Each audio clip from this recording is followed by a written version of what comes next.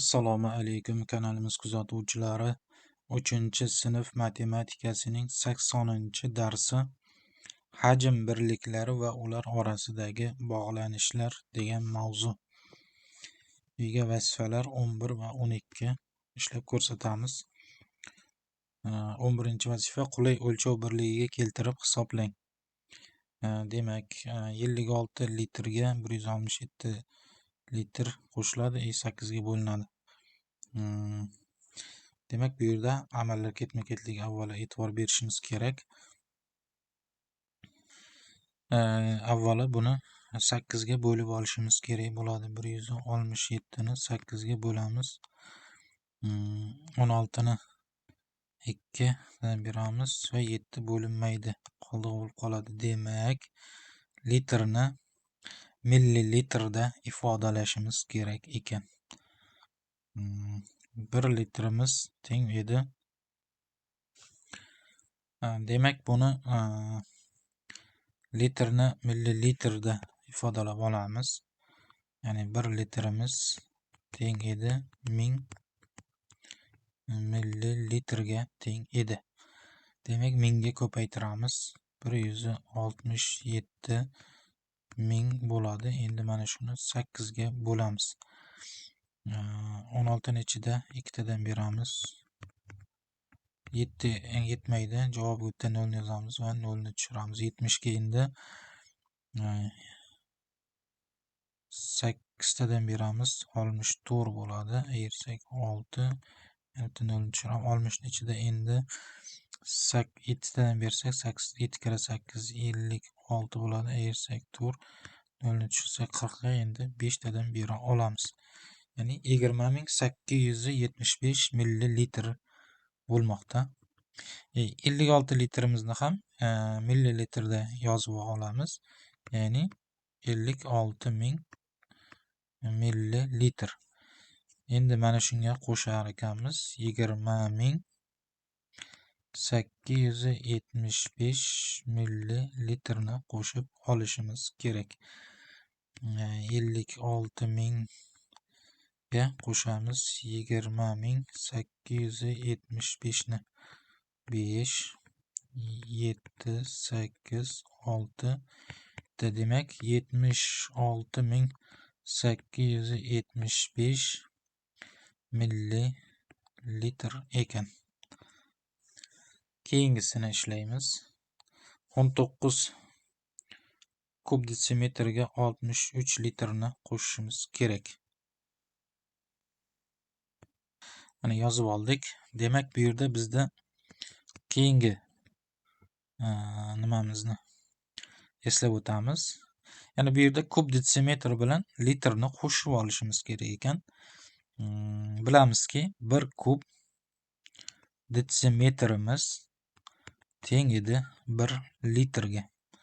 Ya'ni 1 kub detsimetr bu 1 litr bo'ladi. Demak, 19 kub detsimetrimizni 1 ga ko'paytirsak, bu 19 ni o'zi bo'ladi. Ya'ni 19 kub detsimetr aslida 19 litr bo'ladi. Shunga qo'shamiz 63 litrni. 9 ga 3 12 bir dilda, 6 ga 1 7 dilda 8 82 litr kelib chiqadi. Keyingisi mana bu navbatdagi ifodani yozib olamiz. Mana yozib oldik. Demak, bu yerda avval 225 ni 2 ga ko'paytiramiz, so'ng 10 ga bo'lamiz, so'ng qo'shish amalini bajaramiz. 225 ni 2 ga ko'paytirib olsak, 2 kira 5 10, 1 dilda 2 kira 2 4 dildagi bilan 5, 2 kira 2 4 450 ekan. 450 chiqadi. Keyin mana shuni 10 ga bo'lishimiz kerak. Ya'ni 10 ga bo'lish uchun bitta 0 ni o'chirsak 45 qoladi. Ya'ni 450 ni 10 ga bo'lsa aslida 45 bo'ladi. Ya'ni bu 45 litr bo'ldi mana bu yoq. Demak, 45 litr ekan. Endi yozamiz mana. 45 litr qo'shilgan 471 litrga qo'shamiz. 471 ga 45 ni qo'shsak 6 11 5 516 litr bo'ladi. Keyingisi navbatdagi yozib olamiz. Mana yozib oldik. Bu yerda ham xuddi shunday litrdan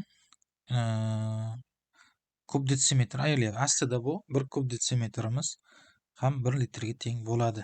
Ya'ni endi bu yerda 228 litrdan ayiramiz. 192 bu ham litrga teng. Ya'ni litr sifatida ifodalaymiz buni. 8 dan 2 ni ayiramiz, 6 bo'ladi. 2 dan qarz beramiz, 12 dan 3, 9 ni ayirsak 3 bo'ladi. Demak 36. 36 litr. Mana shuni endi 12 ga bo'lamiz. Qavs ichidagi demak 36 litrga teng ekan yoki 36 kub detsimetr desak ham bo'laveradi. Shuni endi 12 ga bo'lamiz. Ya'ni bu 3 tadan bo'ladi. Ya'ni 3 litr degan javob chiqadi. Mana shu tarzda vazifalarni ishladik. Misollarimizni keyingi 12-siga o'tamiz. Aytyaptiki, buvim qish uchun 37 ta 3 litrli 48 ta 2 litrli bankalarda kompot yopdi. A vazifa: jami necha litr kompot yopilgan? B vazifa: Aziza buvisi 200 kub detsimetrdan ortiq kompot tayyorlaganini aytdi. Aziza haqmi? Demak, ko'ramiz. Demak, buvisi qish uchun 37 ta 3 litrli yozamiz. 37 ta ko'paytirilgan 3 litr va 48 ta dona 2 litrli bankalarda kompot yopgan. Endi mana shularni topib olamiz. Ya'ni 3 litrlik demak nechta bo'ladi? 21, 2 dilda 3 kirish 9, dildagi 11, 111 litr. 48 ni 2 ga ko'paytiramiz. 2 kira 8 16, 1 dilda 2 kira 4 8, dildagi 9, 96 litr. Demak, 111 litr va 96 litr kompot yopgan. Endi bular bo'ladi jami. Ya'ni A ga javob beryapmiz. Mana A ga. Jami necha litr kompot yopilgan? 111 ga litrga qo'shamiz 96 litrni. Demak, bu bo'ladi 7 11 dilda 207 litr kompot yopilgan. Endi B ni tekshiramiz. Aziza buvisi 200 kub detsimetrdan ortiq kompot tayyorlaganini aytdi. Aziza haqmi? Demak, aslida 200 kub detsimetrimiz teng bo'ladi 200 litrga. Endi Aziza shundan 200 litrdan ko'p kompot yopdi deb aytmoqda. To'g'rimi?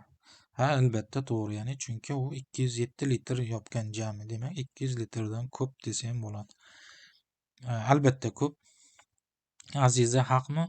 Ha, Aziza haq degan javobni beramiz. Aziza haq edi javob berganda. Mana shu tarzda ishlaydik. Rahmat e'tiborlaringiz uchun. Videoga like bosingizlar, yaqinlarga ulashib qo'yingizlar.